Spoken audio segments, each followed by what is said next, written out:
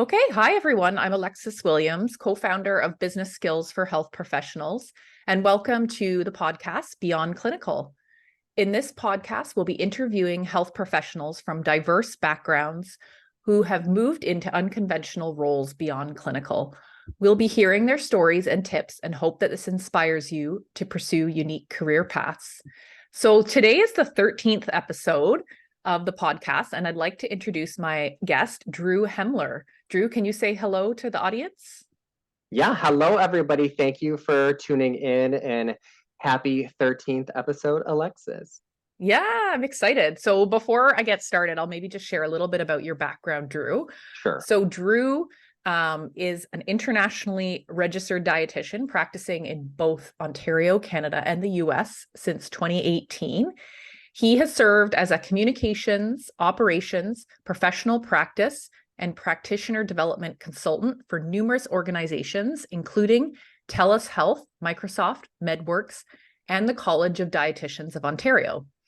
Drew is also a lecturer and advisor for Buffalo State University's Multidisciplinary Studies Nutrition Track graduate program. Throughout his 10 years in leadership and volunteering, he has served on committees in practice regulation, competence assessment, professional development, practice resource management, and program planning. Drew is an invited speaker for over 50 national, state, and regional dietetic affiliate conferences, dietetic practice and member interest group symposiums, and allied practitioner events. His lectures and workshops cover an array of important practitioner topics, including instructional design and education planning, professional practice in communications and social media, and most recently, AI in dietetics practice. So super excited to have you. What an exciting bio you have. It's a mouthful, isn't it? I can't wait to jump in. We were just chatting before, and I was like, you do so many different things. This is going to be exciting. So yeah, we're gonna learn more about that. But before, I want to ask you kind of a fun question. Are there any health and wellness trends or practices that you're excited about at the moment? Yeah, it's funny when you sent me the prep for this. I was thinking, what's one that I've really experienced lately, or I hear colleagues and clients partaking in, and then hearing that bio again. You never become comfortable hearing your own bio, honestly. Just it's weird, but it is a mouthful, and I do a lot of things. So to that note, my favorite wellness or health trend recently that again I hear a lot of colleagues, clients, myself, maybe not so much recently, is napping. And that's because I hear a lot of the times, say when I'm working one-on-one with clients or couples or groups or with my colleagues, everyone feels just a little sleep deprived, or it sounds like they don't get a lot of sleep. And napping really helps fill that void a little bit. It helps alleviate stress. It can reduce inflammation. So that's got to be one of my favorite health trends. And I wish I participated in it a bit more recently, considering everything that I do. I was gonna say, do you fit in time for naps in your own day, Drew? Periodically. I wish it was a daily thing, but it's probably once a week thing, if the time permits. Sometimes if I'm on public transit, I got 45 minutes on the subway. Yeah, I can take a snooze and hopefully I don't miss my stop. Yeah, that's always a good place to do it, but you might want to set some sort of alarm or something. Yeah, I have something vibrating in my pocket through my phone. Yeah. Awesome. Yeah. Well, I'll have to, I'm not a big napper either, so maybe I'll have to give that one a try. Yeah.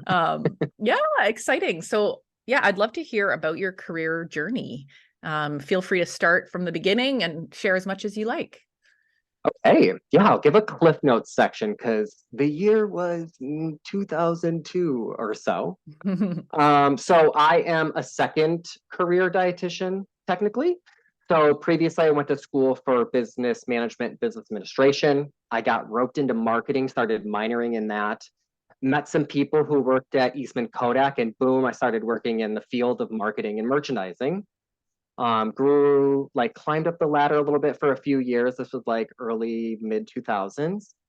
And then gravitated to Walt Disney Studios Home Entertainment, doing marketing and merchandising, doing regional management across the Northeastern United States. I liked what I did, and recognizing now the privilege that I had to be able to say, I'm going to walk away from this and start over. That's what I did. It was literally a matter of a month. that I resigned from my position, packed up, sold everything that I had in the Syracuse, New York area, and moved to Buffalo, where I went to school at my alma mater, Buffalo State University, which I teach for, and went back to school for dietetics. So during my undergraduate experience in the dietetics program, which I took a coordinated program. So as a dietetic student, I picked up a job at a hospital because, my professors were like, get the experience now. It's easier to transition into a position. You'll gain clinical knowledge that'll prepare you for the classes that we're going to take. So that's exactly what I did. I worked in the dietary department. At the same time, I've always been kind of entrepreneurial. And I had some knowledge and skill set from the courses I was taking thus far. So I became a consultant for food product development and modification, helping small businesses in the Buffalo, New York area develop the packaging that they needed, and then helping them or connecting them with local brokerages and national brokerages so that they could sell their product locally and then get to a national scale. In the Northeast US, we have this, which everybody in the Northeast knows, Wegmans. Getting to a Wegmans is like it's a landmark for an organization. So helping them through that development trajectory was really fun to experience and help them with. And then at the same time, I wasn't a dietitian yet, so I was providing nutrition education or nutrition coaching for just general healthy eating and helping individuals like friends and family and people who referred me. And then I became a dietitian. And then at that time, I remained at the hospital for a little bit, but I knew I was going to move to Toronto, Ontario, where my love was located. Love makes you do things. Brought you over to Canada. That's a big one. Yeah. So I maintained the business that I had, or the business entity that I formed as a student, but then transitioned to a professional limited liability company, started providing medical nutrition therapy services, would provide more advisement and consulting services in terms of employee wellness, specifically events programming, if events were looking to implement or embed health messaging or health as a focus of the organization's events that they would have year round or just seasonally. And then I decided to complete a graduate program, and I completed that after I had moved to Toronto. So then I moved to Toronto, and the university was like, Drew, sorry, I didn't preface this. When I graduated from my undergrad, the chair of the department offered me a teaching position, and I was like, really? Me? She goes, absolutely, you're fantastic. You've always been a leader, and you love working with students and building community. I go, okay, what can I teach? What do I qualify for? I don't even have a master's yet. She goes, we'll start you at basic nutrition. There's an introductory dietetics profession, which introduces students to the dietetics profession, which I was so fortunate to teach for many years. So I was teaching that, and then when I moved, she said, we need to keep you. What can we do? Okay, well, what courses can we have 100% online? What makes sense? Along with what the department needs were. So I maintained teaching there, but remotely from Toronto. Okay. Maintained my private practice, providing medical nutrition therapy services once I became a dietitian. And then I moved here and was exposed to, when you live in Toronto, man, you're exposed to so many different people, all of these different settings, and continued on with the consulting and advisory role in education and program planning, employee wellness. And then I became a service provider for MedWorks, which is a fairly new telehealth-based organization in Canada. They just went to Florida as well as TELUS, which is, I think, one of Canada's largest telecommunication companies. And then through working through them, I noticed either professional practice issues, marketing, using my previous background and being at the right tables at the right time, which is where half of opportunities come from. Kind of flexing the knowledge and skills that I had, and then eventually taking on consulting roles with these organizations, helping them address practice issues, put in infrastructure for, say, charting, communication, developing educational resources, the consumer-facing type of communications, like marketing the dietitians and our specialties. And that's what I've been doing ever since, is a little bit of everything. So I'm still in academia. I'm in consulting. Yeah. I still do food product development and consulting, employee wellness, events management, and advisory roles. And then a part of that, which I really consider part of my career, is volunteering. This would be like the 10th year that I've been volunteering in dietetics organizations. And it's been a piece of that career puzzle that's really fulfilling because let's face it, sometimes our everyday tasks are kind of mundane, and sometimes work isn't always fun. And volunteering really provides you to flex your strengths, work on your weaknesses or limitations, and then meet even more people in the profession, which I Yeah. love to do. So So there's what a kind of quick note. volunteering? Tell me about your volunteering a little bit, like Yeah. some examples. So the year was 2014. It was actually 2013. I started doing like I started volunteering for my local district Hmm. dietetic organization, which now most states have regions. So at the Yeah. time, it was the Western New York Academy of Nutrition and Dietetics, or it might have been the Dietetic Association. And then we switched names when the academy switched names. Doing project management. So like events, Mm. helping plan events, market them, bring people in, fundraise, get sponsorships, sell out the place and make us money so we could do great things with the money that we Yeah. get raised, like scholarships, promote, provide marketing materials to the general public, get the word out about what dietitians were, because so many people don't even Mm. so many people don't even know the value of a dietitian. And then eventually I went up to the state level. Funny story behind that, I didn't actually agree, but it was just announced at a public event that I was going to become this communications coordinator, even though I hadn't agreed to it. And I was shocked when it happened at the event, because she stood up and said it, and everyone looked at me and started clapping. And I was like, okay. And it was one of the best things that could have happened, because once I started working at the state level in dietetics, so for the New York State Academy of Nutrition and Dietetics, man, I was really able to utilize what I had learned in marketing and merchandising and Mm. communications, and then helping the dietetics profession, which I really have a passion for. So being a communications coordinator, working with our PR team, eventually Mm. became a social media manager, which really helped increase our presence among the general public, which is the topic I talk about now at state dietetic conferences, and then eventually being a chair for 1 year of our conference. And man, after that experience and chairing a conference, the term "it takes a village" truly came into clarity, and it really took a Wow. village. So helping coordinate just one of our annual conferences. Hmm. And then from there, I joined the academy and started volunteering for the academy, where I now serve on the Commission on Dietetic Registration Appeals Panel. So think, that PDP, that in the States at least, we have that 75 credit hours we have to do every 5 years, or 50 if you're NDPR. If you need extensions on that, you file an appeal, we oversee it. So we look at the case and Mm. vote on it. So that's one thing. And then I also am a member of the Committee for Lifelong Learning. So think that the world's largest conference for nutrition experts, the Food and Nutrition Conference and Expo. There's 13 of us that serve on a member panel, and we oversee the educational programming. So we weed through Oh, hundreds wow. of proposals, rip them apart, put them back together. What's the best of the best? And then we fill the gaps and create some sessions to fill those educational needs that are, man, Hmm. that dietetic practitioners from over 40 countries come to experience. And then I also recently joined the Academy's Foundation. So they're going to start developing micro certifications. So they needed Mm. something with a instructional design and education program planning perspective. So I'm on the advisory board in that light. Wow. Wow, Yeah, that's busy. That's awesome. So lots yeah, of involvement with the academy and all the different committees. Exciting. yeah. Um, I think you probably touched on this and just sharing your background, but can you highlight some of your transferable skills? I feel like marketing is going to come up here, but anyway, you can talk about this transferable skills.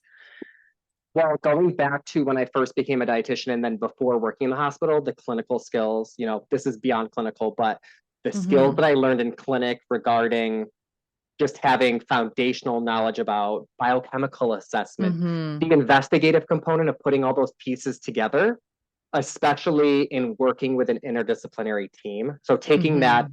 investigative mindset, critical thinking, and team and collaboration really helped me in future positions. Communications, of course, in previous career like marketing and merchandising, using communications is like a cornerstone of dietetics Hmm. works in education. Management and leadership. So in previous positions, and then even when working in dietetics itself.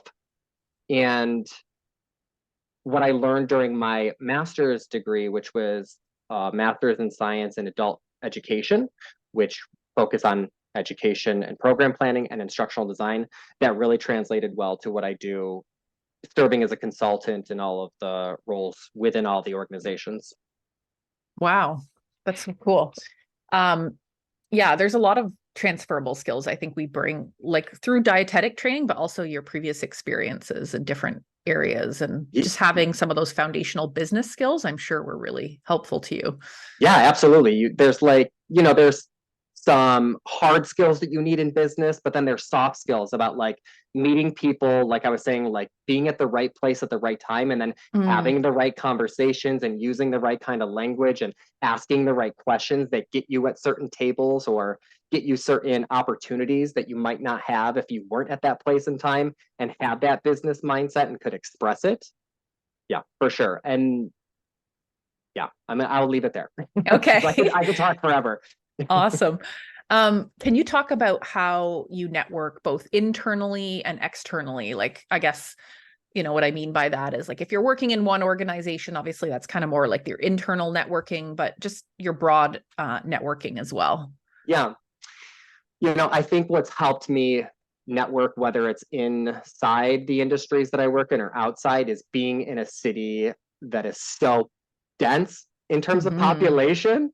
It's funny, whenever my partner works in culture and entertainment, but through a lens of like communication and social media management and stuff like that. So we go to a lot of culture and entertainment events. And whenever I go to these places, I'm usually the only healthcare practitioner. I think one time in all of the art, like Art Toronto or Artist Project or One of a Kind, all of these art-based organizations, I never meet other healthcare practitioners. And I think it's because they're exhausted, usually the ones that work in clinic. Yeah. I maybe have met a nurse once and a doctor once upon a time, but being the only healthcare practitioner, and even in those non-informal social settings, has been a tremendous opportunity for networking, because I listen to people about what they do. That's part of what you do when you meet new people. It's like, what do you do? Where are you from? What was your path like? And then we get to the conversation of like what I do. And then as soon as I say registered dietitian, they either have this preconceived notion of like, oh, you give meal plans. But we dig into more about like all of the skill sets that dietitians have beyond just nutrition education. What we learn in our programs really allows us to be at organizations helping with other things besides nutrition, like management, leadership, marketing, communications. So I would say just being at informal events really helps. When you least expect it, I think it's just part of my natural process, is just like, if I'm out in public, I'm going to be networking. Yeah. So never act a fool in public. Well, and even just all the things you're involved in, like that's a natural form of networking, I'm sure, by being on different committees and getting involved with your association, like all of that leads to meeting lots of new people and new opportunities. So yeah, that's what I was going to say, was also like the volunteering is an amazing opportunity.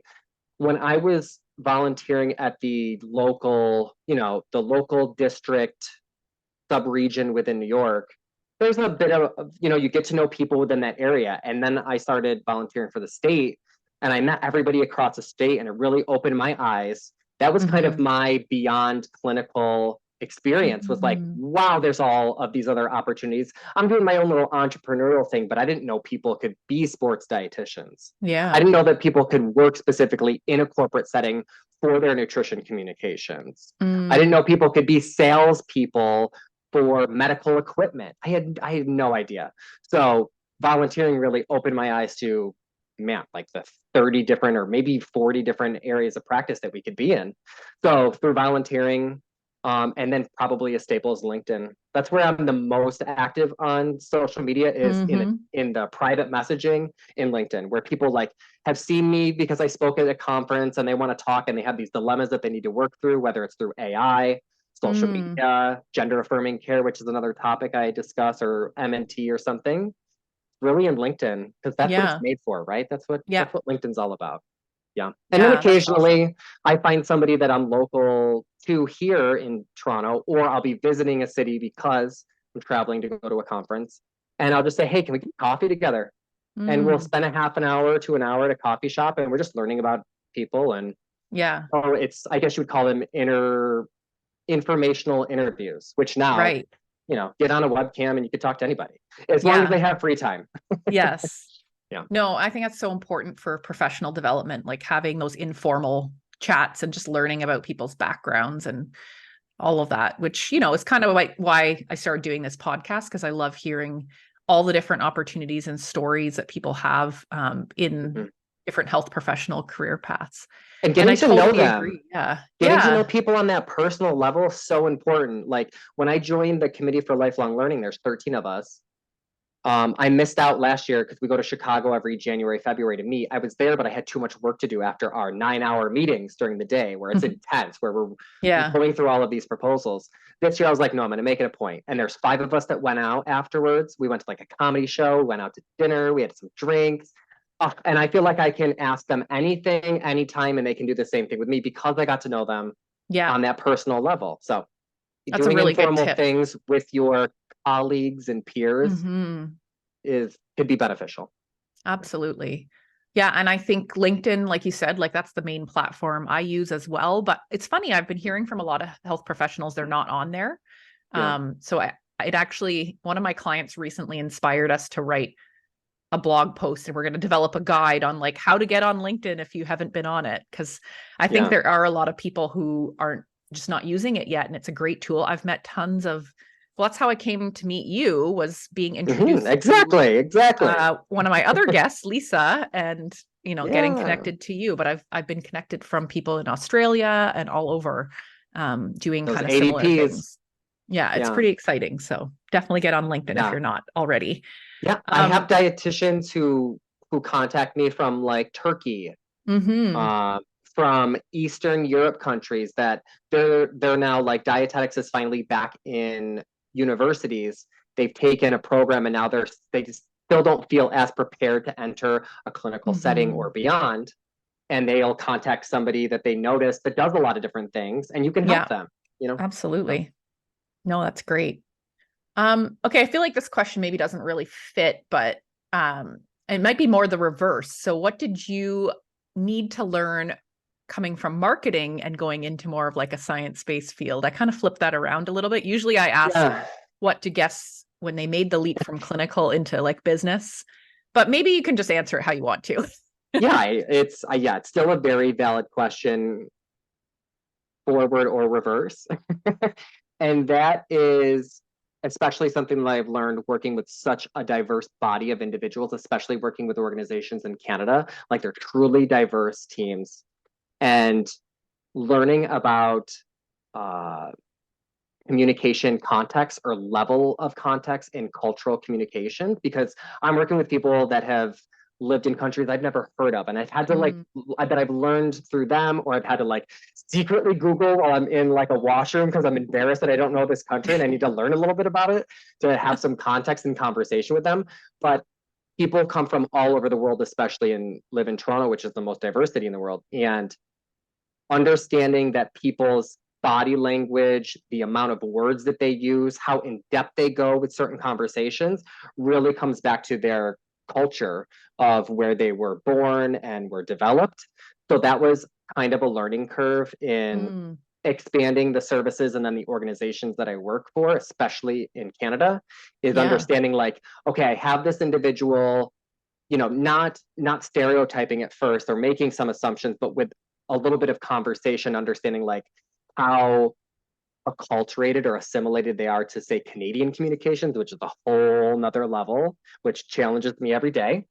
But having a better understanding of saying like high context cultures, like a lot of Latin American countries, a lot of those individuals love to talk a lot and give a ton of context and branch off into different stories to provide this really rich visual or imaginary space for you to follow the conversation. Whereas I'm very low context. I mean, that probably doesn't make sense considering how much I'm talking right now, but generally speaking, I'm very low context, right? I'm very concise. I get to the point. So that can clash. And that was one thing I needed to learn. And then the other thing would be, since the pandemic, agility. Like nothing is set in stone. We are always changing what we're doing, and we're always thinking about, we always have to think about new ways to overcome challenges because of inflation or Mm-hmm. staff change or staff being let go because there's financial issues in the organization. So agility. Yeah, absolutely. Those are some great ones. What do you love most about your current work? Meeting new people, honestly. I think the more something that's really helped me form my leadership style as I serve in roles that I've never been in, which are definitely in leadership capacity, is really getting to understand not only different people like on a personal level and their lived experiences, but what their strengths are and what they can bring to the organization itself, because everyone has strengths. Yeah, Mm-hmm. people have like limitations and weaknesses, and they can be worked on, of course, but really being able to identify a person's strengths within a team, everybody's strengths, and see how that can propel us forward to whatever kind of marker or measurement we're trying to move up the scale. So, yeah, I would say working with different people, we're Mm-hmm. meeting new people all the time, and that each day is different. Like, no 2 days are the same for me. I think, in the 8 years I've been a dietitian, they've never been the same. I love, Wow. like, my usual day is right in the morning, chunking my time and saying my mindset in 2 or 3 hours is going to go towards this, then it's Mm-hmm. going to go towards that. And it's usually three different things. It's usually communications, management, and leadership. Then Mm-hmm. there's usually business administrative stuff, the stuff that's like tedious and we don't Mm-hmm. want to do it. And sometimes it keeps us up at night because we're worried about what it Yeah. entails. It's some of the unknowns. Um, and then the other, which is maybe my favorite part, is the artistic side of things, which I really appreciate. I think all dietitians are artists. Some of them don't Mm-hmm. know it, but we're creators of educational experiences. So to me, we're Mm-hmm. artists. So that's planning and creating programs, courses, Mm-hmm. workshops, key messages, things like that. That would be my favorite out of the entire day, is being the creator. Love it. Yeah, I think that is one of the most fun things about this profession is the ability to be creative in different forms, whether it be like content development, like social media, Hmm. lecturing, classes, online courses. Like the sky's the limit, really. There's a ton of opportunity. And that's why I took a master's in adult education, because I knew the cornerstone of dietetics was, yes, M&T, but also Mm-hmm. being an educator. Mm-hmm. And if I wasn't a superb educator, I wasn't doing my clients justice, whether it's individuals, groups, events, teams. So I took that master's, and learning instructional design really shows you how to leverage key strategies and methods in learning, in teaching and learning. And you can Mm-hmm. like do whatever combinations and seek out that needs assessment that's really important, and to be able to infuse appropriate strategies and methods. And it's Mm-hmm. just you can play around like it's the paintbrush. You're constantly like Mm-hmm. playing with different colors and different strokes and different mediums, and it's always experimental. Yeah. Another thing you said that jumped out at me there was about strengths and getting to know people's strengths. And I definitely found in my leadership experience the concept of like strength-based leadership, but understanding like how do you take a strength and make it stronger versus trying to fix weaknesses in Mm-hmm. teams, Mm-hmm. and finding a team that has a variety of strengths because everyone's strengths can be so different, and to create like a well-rounded effective team you kind of need a variety of strengths. So I I think definitely love it's that one. I think it's something that, as I was providing, one-on-one nutrition education, it's part of that like active listening, probing Mm-hmm. critical questions to reflect back and build some the right questions to get Yeah. the client to think about their own solutions and stuff like that. I use some of those same tactics in teams. Mm-hmm. But when you're working with a diverse, where there isn't health promotion or behavior change regarding health in those team scenarios and those collaborations, getting to understand their ways of doing and thinking, there's so many strengths that you can identify within them that maybe we need to think about a process or a system differently through the lens of how this individual thinks. Because Yeah. maybe the person that's not being heard needs to be asked the right question, and that Mm-hmm. makes management and leadership rethink their system and process that, the definition of insanity is doing the same thing and expecting different. A lot of I noticed so many companies doing the same thing and not getting results, different results. So it kind of goes to that term of reverse mentorship, where leadership interviews and gets to know lower or entry level to understand their ways of doing and thinking, and they get to understand their pain points about user experience, and then leveraging that to change their systems and processes. Yeah, I can't agree with you more. I think dietitians and health professionals who are trained in like the skills of asking good questions, motivational interviewing, all of those kind of coaching, counseling skills, that transfers beautifully into leadership, and being like more of a, I forget the term, but the leader that inspires and helps people like transform and, empowers them to kind of solve their own challenges and move forward. So I love that one. So yeah, anything you're working on for your own career growth right now? I'm sure you probably have quite a few things on the go, but can you share a little bit about that? Yeah, what am I doing? Because I do so much, right? I have to take that reflective process. And to be honest, I'm still catching up with 2023. I can't believe we're at the end of quarter one almost. I know. In It's a little 2024, scary. and I'm still going through that reflective process of like, this is everything that I've done in the previous year. What is my goal? What is my goal for the next 5 years? Which I've come to that marker recently of the end of this 5 years, and have I met that? And I think for me, it's really niching down, and refining my skills and expertise and the things that I love to do most. Before we were recording and we were chatting a little bit, I was talking about that I do a lot of different things and I love doing all of them. And sometimes your personal life really can take priority. For me, it's been a lot of things that have happened in family, with friends, where I need to be there. And I'm so fortunate that I can be there. And those take a priority. So maybe in my professional life, I'm not able to do everything that I want to. So honing in on the things that really speak directly to my soul.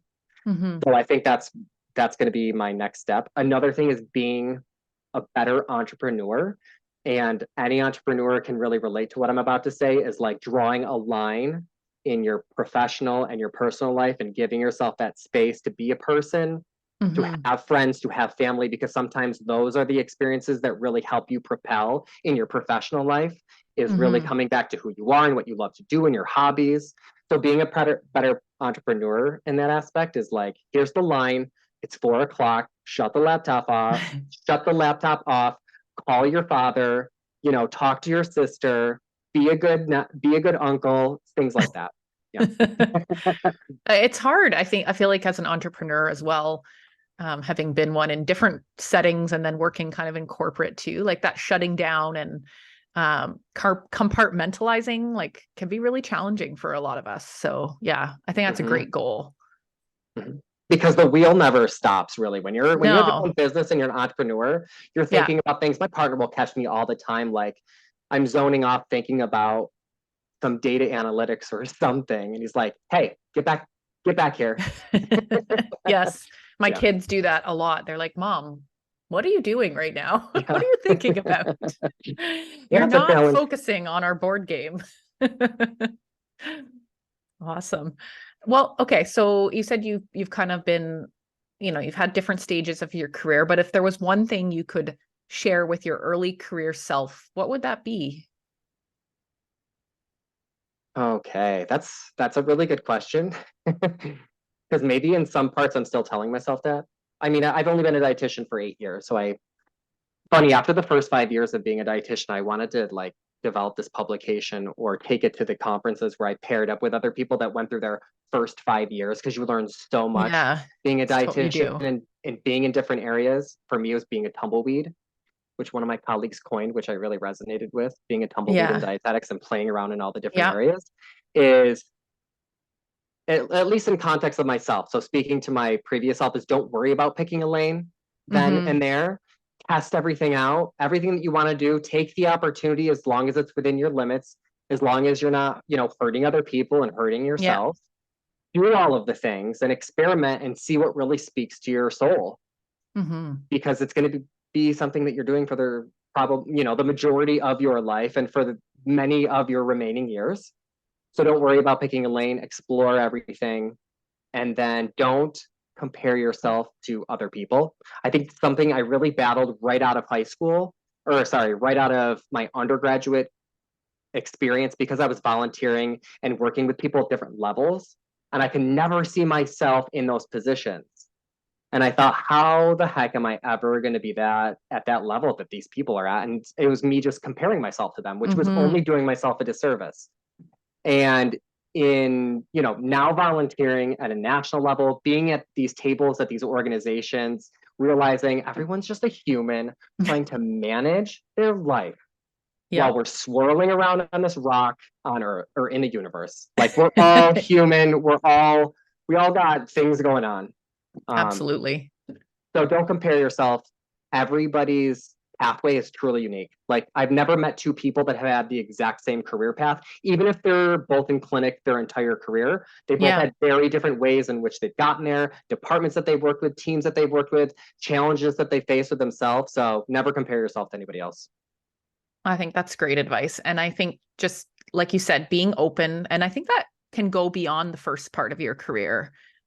Being open to new experiences. Like I'm year 20, and I'm starting to, like, I spent a long time in one area, and now I'm kind of trying out a lot of different things. And I think it can apply to any stage of your career. So am I allowed to, I know this is interviewing me, Alexis, but I'm curious, because you're at the second level, like 20 years. That's incredible. What would you give someone may I reverse interview? Sure. Yeah. I'm so curious, is being in your second decade of dietetics, which is incredible. It's incredible. It's incredible. And thinking about everything that you've done, the impact that you've had, what kind of advice would you give to somebody who's approaching their first decade like me? I'm coming up on my 9th year. Yeah. I really think realizing that you can do anything. There are a ton of opportunities out there. I think, just like you said, being open to new experiences and staying open. It's great to niche down, but don't think that once you do niche that you can't change that. So I spent 10 years working for the same company in retail nutrition, a large grocery chain, and coming out of that was really tough, because I was like, okay, like that's who I am now. And it's been a real transition over the last couple of years, kind of realizing that no, like I can do anything, and I can go back to, like, I've gone back to doing something I did very early in my career, which is sports nutrition. I do a couple days a week of working with triathletes because I freaking love it.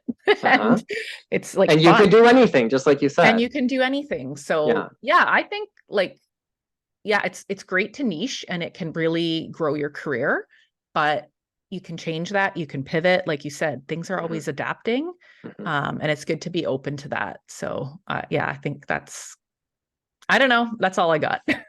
Thank you. No, that's why I asked. Thank you for that, because it really speaks to what I had just said. Was I'm thinking about niching down in an area or 2 or 3. Yeah. As opposed to 10 that I do right now, and reminding myself that, I can niche down, but I can come back out from that and do other things, or transition to a different niche. Anything is possible with the right mindset. Well, and I think because you're an entrepreneur, my friend has this term she uses, and I just added it to some of my taglines, is multi-passionate entrepreneur. And she does a little bit of photography. She does website design. She does some clinical counseling. She's a dietitian as well, runs social media for some other businesses. Is that multi-passionate? Is that trademarked yet? I don't know. But I'll give that credit to my friend Alexa. But anyway, it's a great way of looking at things. Like, we don't have to have one fixed area and focus. Some people need that, like they need that focus, but other people thrive with, variety, like you said. So I think there's no need to get into one thing. Absolutely. Well, what advice can you give to maybe listeners who are looking for kind of non-traditional careers? I said this earlier, but it begs restating because it's so important, and that is to make sure whatever you do, it speaks to your passion or Mhm. your professional purpose. Because again, it's going to be, we work most hours of the day and most years of our life. So really make sure it's something that you really care about so that you live as authentically in that space as possible, because you want your work to be enjoyable. And more important, or just as importantly, the people on the other side of that, the output or the product of it, are going to know if it's something that you're passionate about, right? We Absolutely. can read passion in people instantly. So make Mhm. sure that it's authentic, because then you might be doing a disservice to whoever that client is, that organization, that one-on-one education. So make sure it's something that you're passionate about. Also, I would say there's days when, it's mundane and it's tedious and it's stressful and it's not enjoyable. You got to remind yourself of why you're doing it. Mhm. You're doing everything that you can so that you can live this life full of passion and professional purpose. I say professional purpose because sometimes people don't weigh so much on their career. Like they're not career oriented, Mhm. and then they have more purpose in their personal life, and that's fine. So just Absolutely. remind yourself that you're doing this because you're leading to this place that you really care about what you're doing professionally. And then the last thing is, rather than like rather than identify those weaknesses, I really despise using that word, because I always use strength-based approaches with clients, with teams, one-on-one education. Know your strengths and leverage them to your advantage. And then rather than know your weaknesses, know your limits and then set boundaries around them. Mhm. Sometimes I find, often with very career-oriented people like myself, people who love to volunteer in 17 different committees, is they get burnt out. And Mhm. maybe it's because in some situations and conversations I've had in mentor-mentee relationships, that they haven't identified those boundaries yet or their limits, and then set boundaries in place and then enforce them when they really need to be, for the Mm. sake of mental health. Yeah. I Yeah. think that's a really important one. And I think um like understanding your limits and knowing that, okay, for you to maybe figure out an area that's a challenge for you, it's going to take you hours. Whereas, if you realize that and maybe you could use that energy and that time in something that is more of a strength, find people around you that can, help with that limiting area. And like you said, set a boundary. I'm not going to try and like this came up recently for me with my website. Like I am not that skilled at creative design. It's never been Outsource. a Yeah. passion. So that friend that I was just telling you about helps me with my pages. She does my pages for my different programs. And it Mhm. probably takes her like a fraction of the time it would take me. So I think it's good to kind of know your strengths and your limits, like you said, and surround yourself with people and resources that can help. Yeah. And with those limitations or weaknesses, that's, in thinking about it through a positive perspective, is you're providing, and that example you just provided, you're providing somebody with an opportunity to do something for you where there might be Absolutely. something beneficial for them out of it. The experience, maybe there's a financial gain, Yeah. something that you guys have worked out, but it's an opportunity for somebody else rather than draining you to try to Yeah. do everything. Yeah, I think that's like you're providing work for someone else in that situation, Yeah. right? Which Yeah. is valuable for them. And I think too, when you operate in kind of like your best areas, like you said, your passion and energy really shines through. And when you kind of are operating in maybe some of those other areas, it's a little bit more of a challenge for Oh yeah, sure. you should see me on my usual Monday. I don't look like this. I'm probably like, my hair's disheveled. I'm playing with numbers. Sometimes they're like that meme where numbers are floating across the screen and that lady's just really confused. That's usually me. And I got to remind myself, I'm doing this for a reason. Yeah, I think you're smart to keep that reason in mind. Absolutely. Yeah. Awesome. Well, any final words before we wrap up? No, other than, again, thank you so much for what you do. Like I said, my aha moment in dietetics was during volunteering, where I was exposed to all of these different areas of practice. I thought, oh, I'm going to explore that. And then now today I'm in all of these areas. So you're providing that opportunity for emerging dietitians, dietetic students, you know, uh, career-long dietitians who are thinking about going somewhere else, I just thank you for providing that opportunity for people to see beyond clinic. Yeah, thank you. No, I love being able to hear the different stories and just the breadth of opportunity that exists out there. So awesome. Well, Absolutely. thanks for being a guest. And I hope everyone enjoyed hearing Drew's story and you're feeling inspired. If you want to engage more with our community, please join the free Facebook group, Business Skills for Health Professionals Community. I also have a LinkedIn group with the same title, so I'll put those in the show notes. And I have 2 exciting ways to help you as a health professional. If you're wanting to make a career transition to something new, we have a Beyond Clinical Career Transition program. And if you're already a health professional working outside of clinical, I just launched a new network and membership program this month, actually. And you can find out more about these by visiting the links in the show notes. So thank you so much, Drew. And yeah, have a great rest of your week. Thank you for having me. Yeah. Awesome. Pleasure. Okay. We'll talk soon. Bye. Bye, everyone.